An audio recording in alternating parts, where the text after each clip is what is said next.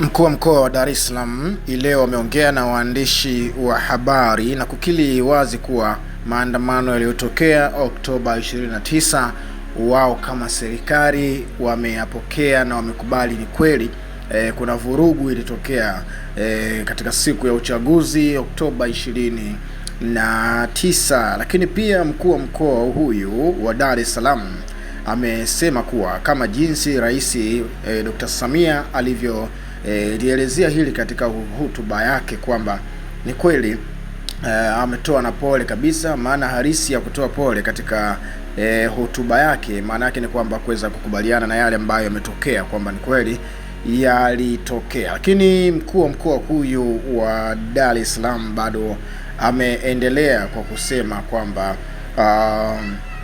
kile kilichotokea kilikuwa ni kijipande, yani maandamano hayakutokea au vurugu hazikutokea nchi nzima, bali ni baadhi ya majiji, na hata hayo majiji yenyewe sio sehemu zote, ni vibaadhi ya maeneo, vijibaadhi vya maeneo tu ndio mambo hayo yaliweza kutokea. Kwa hiyo mkuu wa mkoa huyo RC amesema, kwa hiyo uchaguzi uliweza kufanyika na matokeo yaliweza kufanyika. Kwa hiyo kwa sasa hivi kazi yao ni kuhakikisha wanatekeleza kila kile ambacho kilikuwa kimewekwa katika mwongozo. Kazi yao wao, yeye akiwa kama mkuu wa mkoa, mwenyekiti wa kamati ya ulinzi na usalama ya mkoa, yani kwa maana ya jiji la Dar es Salaam, ataweza kushirikiana vizuri zaidi katika kuhakikisha wanaendelea kuitunza amani na usalama wa raia pamoja na mali zake. Hayo ni moja kati ya mengi tu ambayo ameyaeleza leo mkuu wa mkoa